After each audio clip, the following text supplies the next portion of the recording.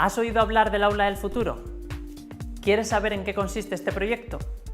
Hola, soy Arturo de la Rosa Cuadrado, asesor técnico docente en EINTEF, y voy a contarte brevemente qué es el Aula del Futuro. ¿Me acompañas?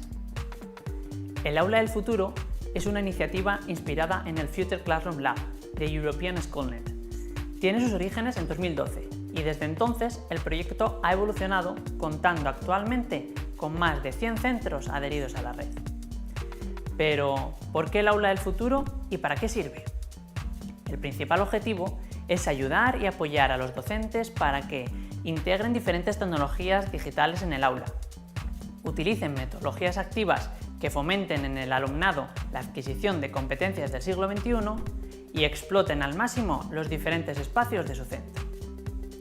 Para conseguir estos objetivos, existen diferentes ejemplos de estas aulas físicas distribuidas en zonas de aprendizaje, que gracias al mobiliario y la tecnología promueven actividades para crear, desarrollar, interactuar, explorar, investigar o presentar. Además, tanto el INTEF como las diferentes administraciones de las comunidades autónomas ofrecemos formación en diversas modalidades, presencial, mixta o en línea, que te ayudarán a conocer más a fondo este proyecto. También tenemos disponible un kit de herramientas que te ayudará a implantar el modelo y ejemplos de situaciones de aprendizaje y actividades para poder utilizarlos en tu aula. ¿Y cómo nos organizamos para poder ayudarte?